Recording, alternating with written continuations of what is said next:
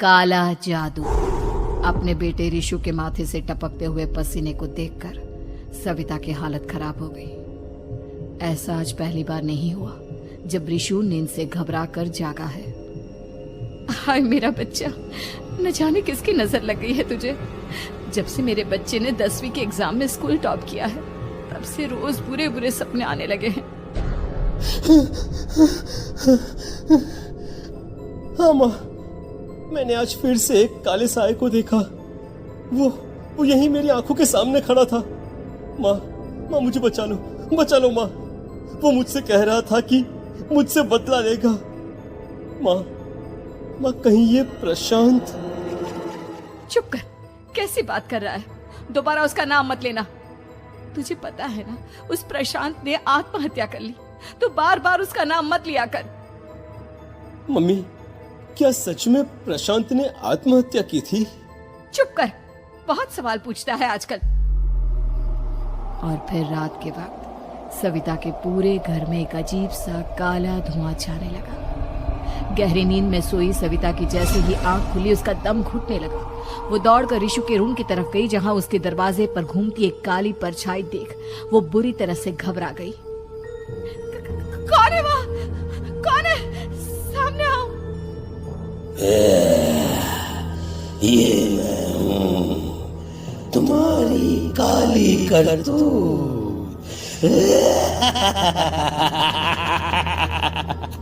और अब मैं तुम्हारे बेटे को ले जाने आया हूँ। नहीं, मेरे बच्चे को छोड़ दो प्लीज। मेरे रिशु को कुछ मत करना। वो परछाई रिशु के कमरे में घुस जाती है। सविता भी उसके पीछे पीछे दौड़कर जाती है और देखती है कि अब वो साया साफ नजर आ रहा था।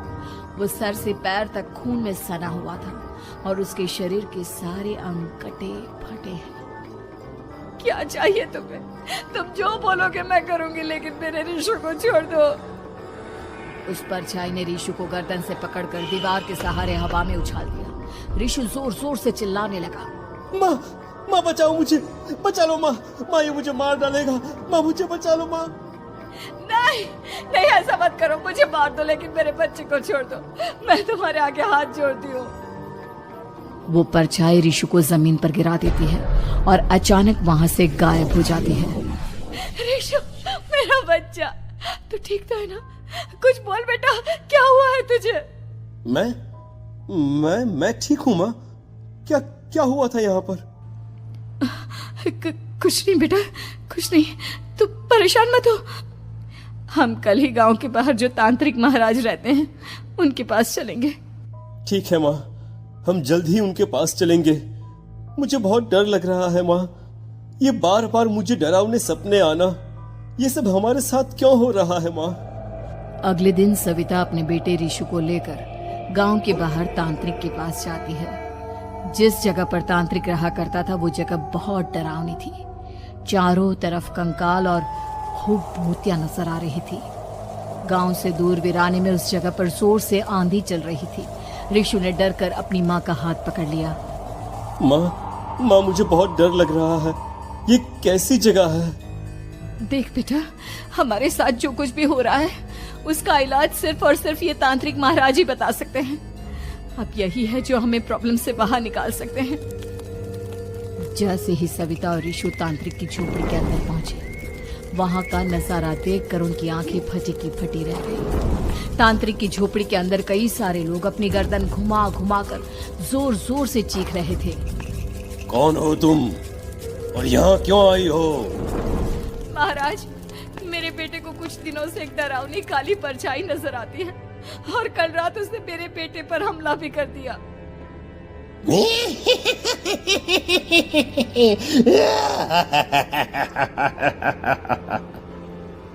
मम्मी हमें यहाँ से चलना चाहिए। ये जगह मुझे ठीक नहीं लगती। नहीं बेटा, ऐसा नहीं कहते। रुक जाओ, 2 मिनट के लिए रुक जाओ। क्या कहा? काली परछाई? तुम्हारे बेटे पर किसी काली परछाई ने हमला किया? हाँ महाराज, वो कह रही थी कि वो मेरे बेटे को कुछ कर देगी। कोई उपाय बताइए महाराज, मेरे बेटे के साथ कुछ गलत नहीं होना चाहिए। तुमने किसी दूसरे के साथ गलत किया है। तो तुम्हारे साथ भी गलत होकर ही रहेगा। तुमने किसी की जान ली है, किसी को मार डाला है तुमने। नहीं महाराज, मैंने ऐसा कुछ नहीं किया। मैंने किसी की जान नहीं ली। मुझे कोई उपाय बताइए। लगता है तुम इतनी आसानी से नहीं मानोगी। मैं तुम्हें अभी उस काली परछाई से मिलवा देता हूँ और वही सारा सच तुम्हारे सामने लेकर आएगा। सविता और ऋषु ने डर के मारे अपनी आंखें बंद कर ली। तभी अचानक तांत्रिक की झोपड़ी में अजीबोगरीब आवाजें गूंजने लगी। सविता और ऋषु बुरी तरह से कांप रहे थे। आंखें खोलो और अपने सामने देखो।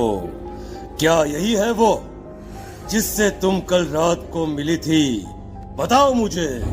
हाँ, इसने कल रात मेरे बेटे के ऊपर हमला किया था। ये उसी लड़के की भटकती हुई आत्मा है जिसे कुछ दिन पहले तुमने मार डाला था। मम्मी ये महाराज क्या कह रहे हैं? क्या सच में आपने किसी की जान ली है, किसी को मार डाला है? अगर हाँ तो बताइए ना मम्मी, किसको मारा है आपने? किसको? तुम्हारी माँ इतनी आसानी से सच नहीं बताएगी बेटा। इसने एक बच्चे की जान ली है। कहीं उसका नाम प्रशांत तो नहीं महाराज? वो मेरा दोस्त है, मेरा मतलब मेरा पड़ोसी है। सही पहचाना। देखा सविता, तुम्हारा खुद का बेटा भी जानता है कि तुमने किसी के प्राणों की बलि चढ़ा दी और इसीलिए अब उसकी बुरी आत्मा तुम्हारे घर में भटकती है। मुझे माफ कर दीजिए महाराज, मुझसे बहुत बड़ी गलती हो गई। प्रशांत हमारे पड़ोसी का बेटा था। हर बार उसके नंबर मेरे बेटे से ज्यादा आते थे और इसलिए मैंने उसके कमरे के बाहर काला जादू किया था, पर मुझे नहीं पता था कि वो मर जाएगा। तुम्हारे उसी काले जादू वाली गुड़िया के अंदर एक बुरी आत्मा थी जिसने उस बच्चे के दिमाग पर बुरा असर कर दिया और उसी की वजह से उस लड़के ने अपनी बालकनी से कूदकर आत्महत्या कर ली। इसकी वजह सिर्फ और सिर्फ तुम हो, तुम। नहीं महाराज, जो कुछ भी हुआ मुझे नहीं पता था कि प्रशांत अपनी जान दे देगा। प्रशांत की आत्मा इस वक्त तुम्हारे सामने खड़ी है, हमसे बात करना चाहती है। बोलो क्या कहना चाहते हो? मैं जीना चाहता था, बड़ा होकर कुछ बनना चाहता था। आपके बेटे से मुझे कोई परेशानी नहीं थी। अरे वो तो मेरा अच्छा दोस्त था। मुझे माफ कर दो बेटा, मुझसे बहुत बड़ी गलती हो गई, मुझे माफ कर दो। माफ करने से मुझे वापस जिंदगी नहीं मिल जाएगी। मेरे माँ बाप आज भी मेरे लिए रोते हैं। आपने मेरे साथ बहुत गलत किया है, बहुत गलत। और तभी अचानक प्रशांत की आत्मा वहां से गायब हो जाती है। सविता जोर जोर से रोने लगती है। सुन लिया तुमने? ये तुम्हारे अपने ही किए हुए पाप हैं जो इस तरह से तुम्हारे सामने आ रहे हैं। माँ, ये आपने अच्छा नहीं किया। सिर्फ 10th बोर्ड के एग्जाम में मैं टॉप कर पाऊं, इसलिए आपने मेरे दोस्त के ऊपर काला जादू कर दिया। नहीं मम्मी नहीं, अब हम कभी खुश नहीं रह पाएंगे, कभी नहीं। मेरे दोस्त की आत्मा को कभी शांति नहीं मिलेगी मम्मी, कभी नहीं। लेकिन मैंने जो कुछ भी किया सिर्फ तुम्हारे लिए किया। वो लड़का हमेशा फर्स्ट पोजीशन पर आ जाता था और इस वजह से हमेशा तुम्हारे मार्क्स कम पड़ते थे। मैंने तो सिर्फ उस पर एक छोटा सा काला जादू किया था बेटा। मुझे क्या पता था कि उसका ये नतीजा निकलेगा। जिस गुड़िया को तुमने उस लड़के के कमरे के दरवाजे पर लगाया था, दरअसल उसके अंदर एक बुरी आत्मा का प्रवेश हो गया था, जैसा कि अक्सर काला जादू करते समय हो जाता है। मुझे अपनी गलती का एहसास हो गया है। मैं प्रायश्चित करना चाहती हूँ, आप बताइए मैं क्या करूँ? प्रशांत के घर जाकर उस काली गुड़िया को वहां से निकालकर यहाँ लेकर आओ। मैं उसे आग में जलाकर राख कर दूंगा और उसके बाद प्रशांत की आत्मा को हमेशा के लिए मुक्ति मिल जाएगी। अगली रात सविता चुपचाप अपने पड़ोसी प्रशांत के घर जाती है। प्रशांत के माँ बाप प्रशांत की मौत के बाद उस घर को छोड़कर हमेशा के लिए वहां से चले गए थे। जैसे ही सविता उस घर के अंदर कदम रखती है, उसका सामना अजीबोगरीब हैवानियत से भरी आवाजों से होने लगता है। ऐसा लग रहा था जैसे कोई बुरी तरह से चीख रहा हो। सविता जैसे ही प्रशांत के कमरे के बाहर पहुंचती है, वहां पर लटकी हुई गुड़िया के शरीर से खून टपकने लगता है। ये क्या हो रहा है?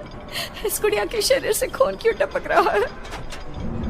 सविता हिम्मत करते हुए उस गुड़िया को वहां से उतारने की कोशिश करती है, लेकिन तभी अचानक से बहुत भयानक दिखने वाली औरत उसकी आंखों के सामने आकर खड़ी हो जाती है। मैं यहाँ से कहीं नहीं जाऊंगी, और अगर तूने मुझे यहाँ से हटाने की कोशिश की तो मार डालूंगी मैं तुझे। नहीं नहीं, मुझे तुम्हें यहाँ से ले जाना ही होगा, नहीं तो मेरा बेटा, उसकी जान को खतरा है। मैं तुम्हें नहीं छोड़ सकती। अगर तुम्हारे अंदर हिम्मत है तो मुझे इस घर से बाहर ले जाकर दिखाओ। और ऐसा कहकर वो औरत सविता के ऊपर हमला कर देती है और उसे हवा में उछाल उछाल कर जमीन पर पटकती है। लेकिन तभी अचानक मौका देखकर सविता अपने हाथ में ली हुई सुई उसके हाथ में चुभो देती है।